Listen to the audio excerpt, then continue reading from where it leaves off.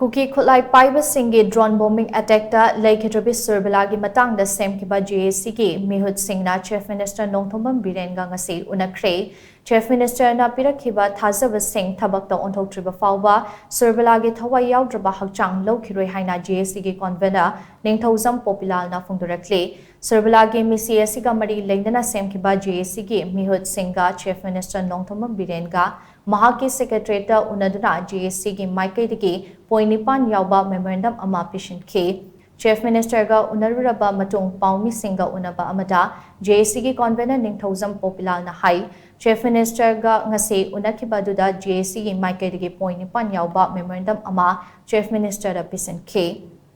unaba duda Surbala gi Meesi asikhak natana Kuki Singa Tainaba Chingkhong Chingya da leiriba Maitai Khul Singh na thengnariba khudong chadaba Singh yenglaga tongan ba demand pukhatuna Chief Minister da wakatkhe wafam asi taraba matungda Chief Minister na point 3 thabakta onthoraklagani haina thazaba pirakhe point 3 adugi manungda Chingkhong Chingya da leiriba Maitai gi Khul Singh ase ngak senaba matik chana State Force Singh thamlagani bomb changdaba security bunker Singh semlagani leikhidrabi gi Hakchang asi postmortem tawduna imungi awaba si yenglaga lengak na pifam thopa ex gratia piragane mahaki mapuroi bada chana balenga ke thabak piragane imung asina leiriba hinkhol asi pata leitaba mafam ama oiriba asi pata onthokna ba lengak na hotnaragani haina Chief Minister na thamlakhe leinana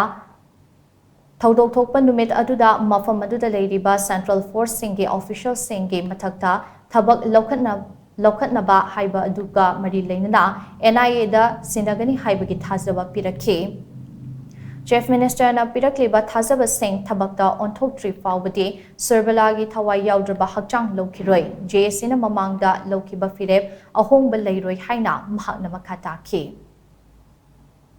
ma lemhoriba macha singse yokpada kitang do oragasu masida mantikna ba natte ko leitaba Hakchang jiga mantikna raga kaino tawruba natte adubo mapuroi basida magi achaba ma sinfam ma permanent oiba regular income ma lakpa yaba dumba ma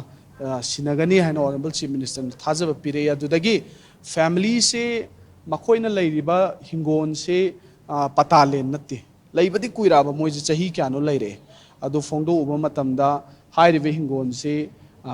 patada onthok pige haina honorable Chief Minister na agi trust sama so khoi mayam da pire aduga Assam Rifle gi matang sidadi Hojik madugi process haurabnina hujik khudak ta hek nongnini sida tho haibdi yaroi adugu tapna lakani hena de admaina haibi adudagi ngasai officers singi mathakte action lokhat piyo habdo NIA da honorable Chief Minister masamakna home gi secretary oiba male ngasai na yengbudu da home gi secretary na address tawraga home ministry da ire NIA da sinaraga masigi case kupna yengsan binana ba adudagi masida chenaba culprit singdo militant singdo athuba matamda faraga dandi pina nabi damakta haina madu bawgi trust to lai